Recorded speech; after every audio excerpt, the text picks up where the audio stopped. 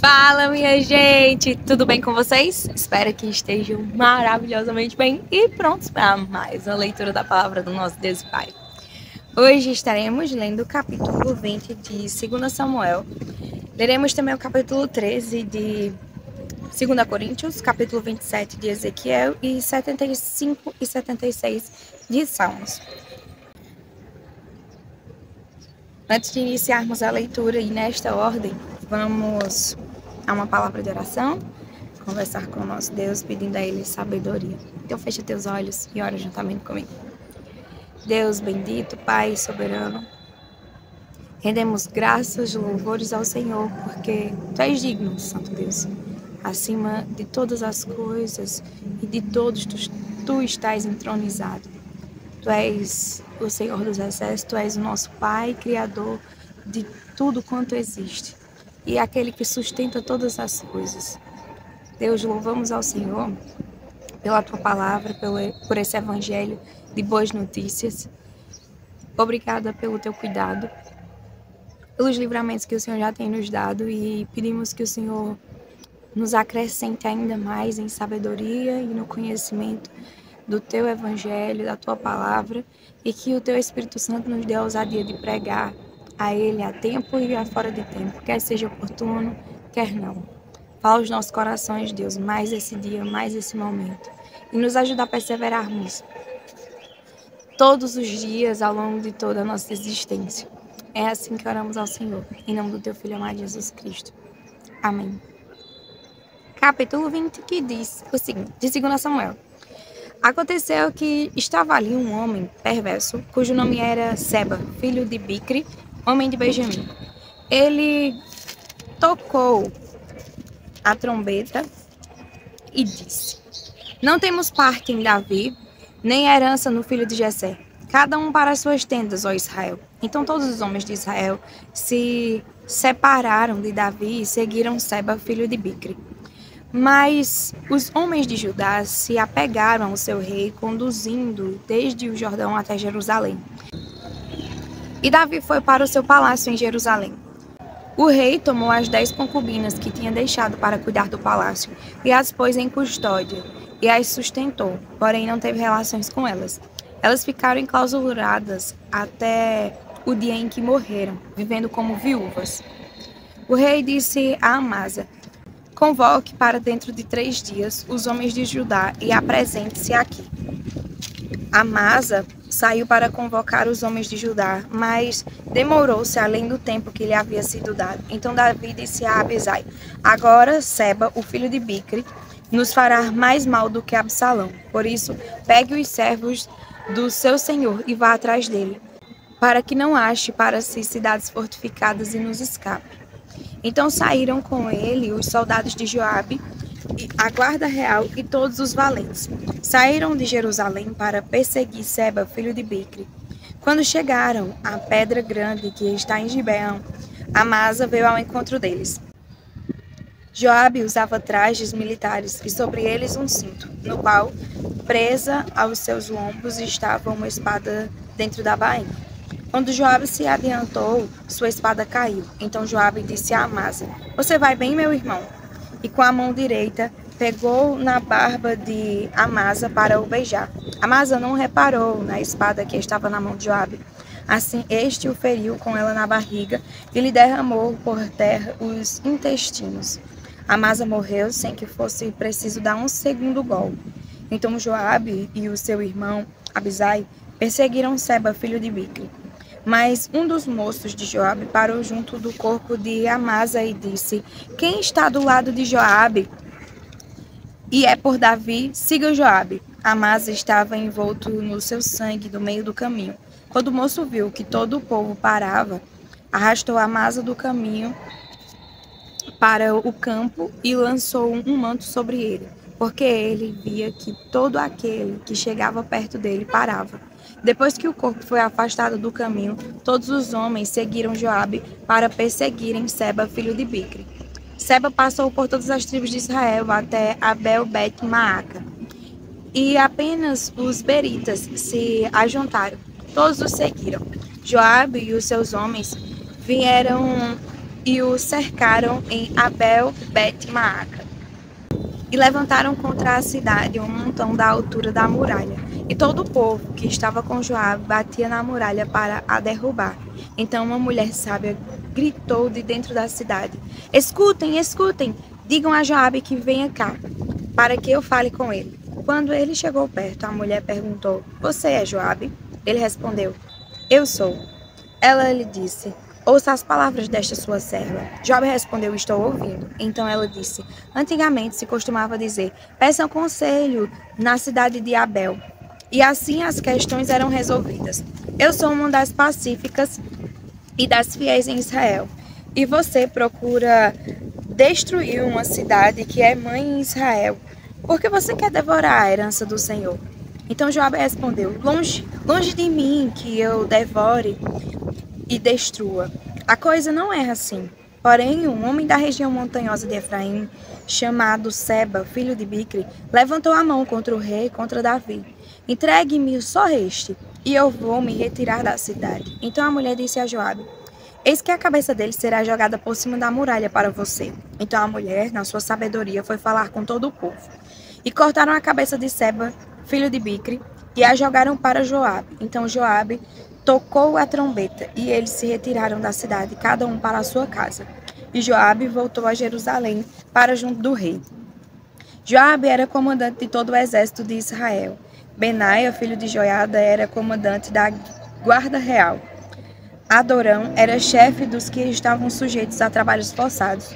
Josafá, filho de Ailude, era o cronista. Seva era o escrivão. Zadok e Abiatar eram os sacerdotes. E também Ira, o Jairita, era ministro de Davi. Capítulo 13 do livro de 2 Coríntios. Que diz: Esta é a terceira vez que vou visitá-los por boca de 2 ou 3 testemunhas. Toda questão será decidida. Já o disse anteriormente e digo novamente, como fiz quando estive presente pela segunda vez, mas agora, estando ausente, digo aos que no passado pecaram e a todos os demais. Se eu for outra vez, não os pouparei, visto que vocês buscam provas de que Cristo fala em mim. Ele não é fraco quando trata com vocês, pelo contrário, é poderoso entre vocês. Porque, de fato, foi crucificado em fraqueza, mas vive pelo poder de Deus. Porém, nós também somos fracos nele, mas viveremos com ele, pelo poder de Deus, para o bem de vocês. Examinem-se para ver se realmente estão na fé. Provem a si mesmos. Ou não reconhecem que Jesus está com vocês, a não ser que já tenham sido reprovados. Mas espero que reconheçam que nós não fomos reprovados. Estamos orando a Deus para que vocês não façam mal algum. Não para que simplesmente pareça que nós fomos aprovados, mas para que vocês façam o bem, mesmo que pareça que nós fomos reprovados. Porque nada podemos contra a verdade, senão a favor da verdade. Porque nos alegramos quando nós estamos fracos e vocês estão fortes. E a nossa oração é esta, que vocês sejam aperfeiçoados. Portanto, escrevo estas coisas, estando ausente, para que, estando presente, não venha a usar de rigor segundo a autoridade que o Senhor me deu para edificação e não para destruição. Quanto ao mais, irmãos, a Deus. Procurem aperfeiçoar-se, consolem uns aos outros, tenham o mesmo modo de pensar, vivam em paz. E o Deus de amor e de paz estará com vocês. Saúdem uns aos outros com um beijo santo. Todos os santos mandam saudações. A graça do Senhor Jesus Cristo e o amor de Deus e a comunhão do Espírito Santo esteja com todos vocês. Capítulo 27 do livro de Ezequiel. A palavra do Senhor veio a mim dizendo: Filho do homem, faça uma lamentação sobre Tiro. Diga a Tiro, que habita nas estradas do mar e negocia com os povos em muitas terras do mar. Assim diz o Senhor Deus. Ó Tiro, você diz que é a perfeição da formosura, as suas fronteiras estão no coração dos mares. Os que a construíram aperfeiçoaram a sua beleza, fabricaram todos os seus converses de cipreste e de senir, trouxeram cedros do Líbano para fazer o seu mastro. Fizeram os seus ramos de carvalhos de Bazã, os seus bancos fizeram-nos de marfim, engastados em pinho de chipre. A sua vela era de linho fino, bordado do Egito, para servir de estandarte. Azul e púrpura das ilhas de Elisá eram o seu todo. Os moradores de Sidom e de Arvade foram os seus remadores. Os seus sábios, ó Tiro, que se achavam dentro de você, esses foram os seus pilotos. Os anciãos de Gebal e os seus sábios estavam dentro de você, para separar as brechas. Todos os navios do mar e os marinheiros se achavam dentro de você, para comprar as suas mercadorias.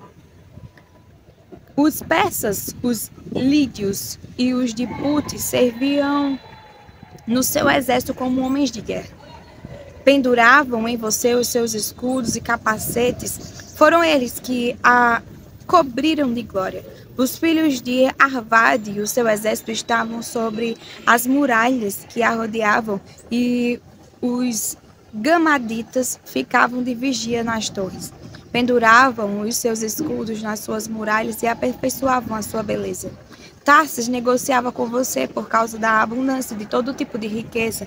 Em troca das suas mercadorias, lhe traziam prata, ferro, estanho e chumbo.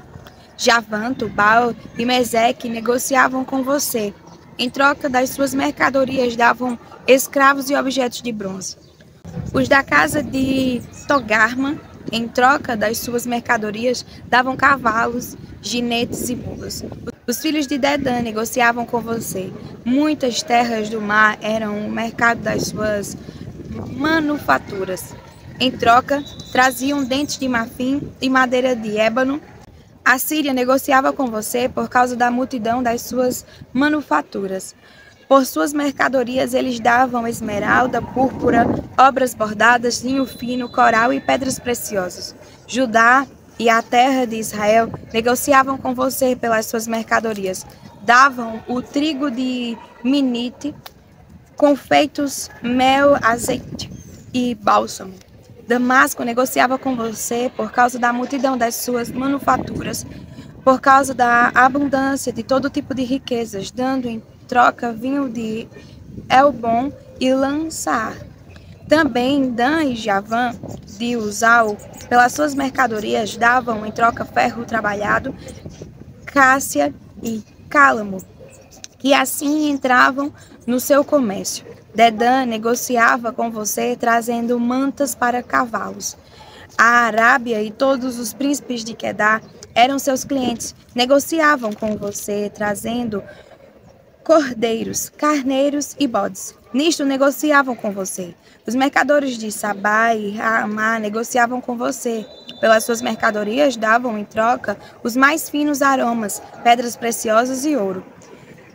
Arã ou Harã, Cane e Éden, mercadores de Sabá, a Síria e Quilmade eram seus clientes. Negociavam com você, trazendo todo tipo de mercadorias, tecidos de púrpura e bordados, tapetes de várias cores e cordas trançadas e fortes. Os navios de Tarsis transportavam as suas mercadorias. Você se enriqueceu e ficou famosa no coração dos mares. Os seus remadores conduziram você sobre grandes águas. O vento leste a destroçou no coração dos mares.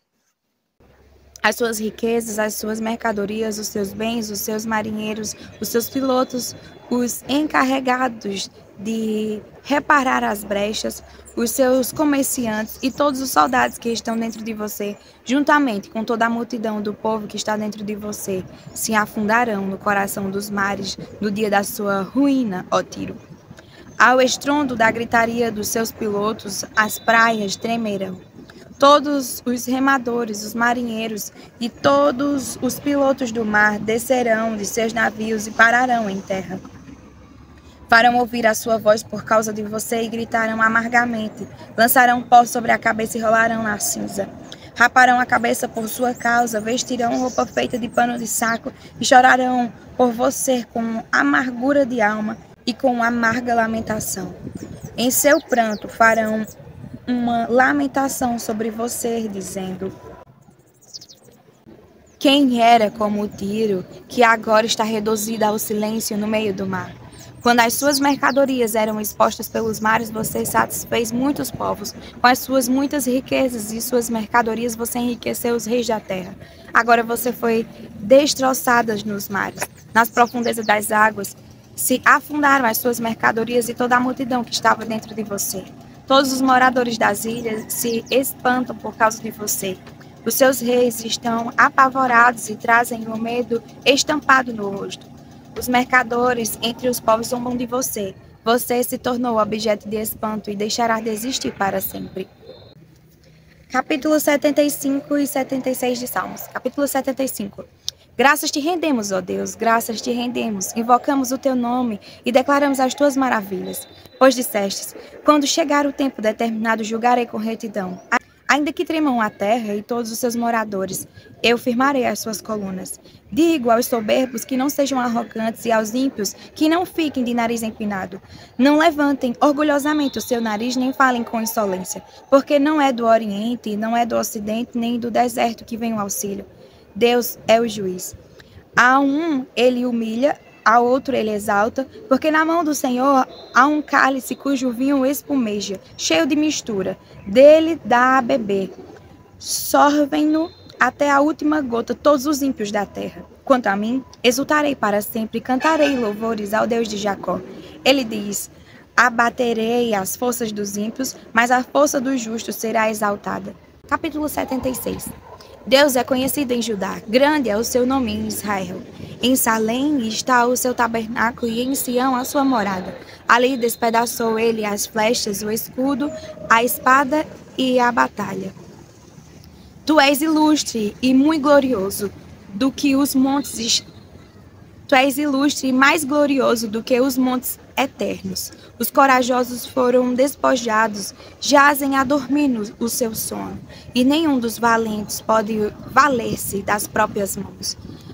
Ante a tua repreensão, ó Deus de Jacó, carros de guerras e cavalos foram lançados num sono profundo.